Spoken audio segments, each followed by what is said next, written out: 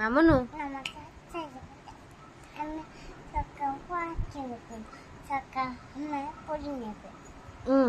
ଭଲସେ ଟିକେ କହିଲୁ କାହାକୁ ରାକ୍ଷୀ ବାନ୍ଧିବୁ? ଜଗାକୁ ରାକ୍ଷୀ ବାନ୍ଧିବୁ।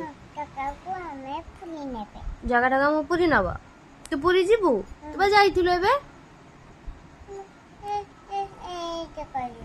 ହଁ ସେଟା କଣ? ସେଟା କଣ?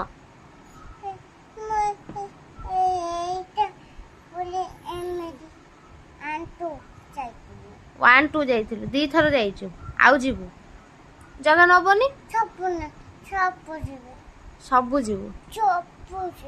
ସବୁ ଯିବୁ ମାନେ କଣ?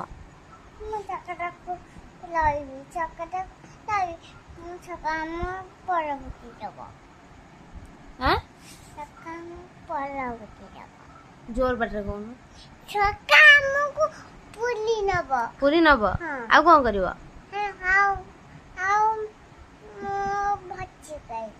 ଭୋଜି ଖାଇବୁ। ଠାକୁ ଭୋଗ ଖାଇବୁ। ଆଉ କଣ କରିବୁ? ଠାକୁ ଭୋଗ ହେଇସାରିଲେ ଖାଇବୁ। ଆଉ କଣ ଖାଇବୁ? ଆଉ ଜଗା ତୋର କଣ କରିବ କହ? ରାକ୍ଷୀ ବାନ୍ଧିଲେ ସେ କଣ ଦବ ତତେ? ଭଲ ବୁଦ୍ଧି ଦବ। କଣ ଦବ? ତୋର ବା ଭାଇ ଅଛି। କୋଉଠି ଅଛି ତୋ ଭାଇ?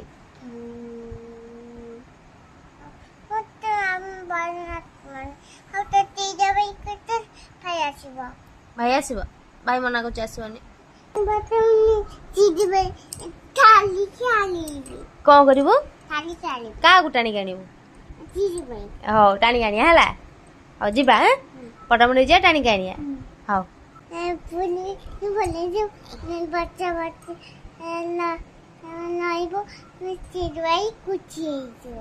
ଖୁସି ହେଇଯିବ। କଣ ପାଇଁ ଖୁସି ହବ?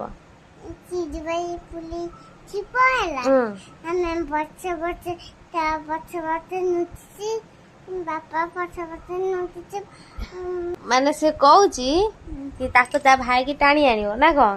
ତାକୁ ତୋ ବାପା ପଛପଟେ ନୁଚେଇ ଦବା। ଏଇଠି ର।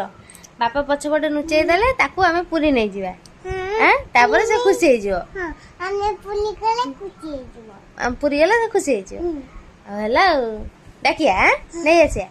କାଲି ଯିବା ନେଇକି ଆସିବା ହେଲା। ହଁ ଟାଟା କରିଦେ। ଜୟ ଜଗନ୍ନାଥ।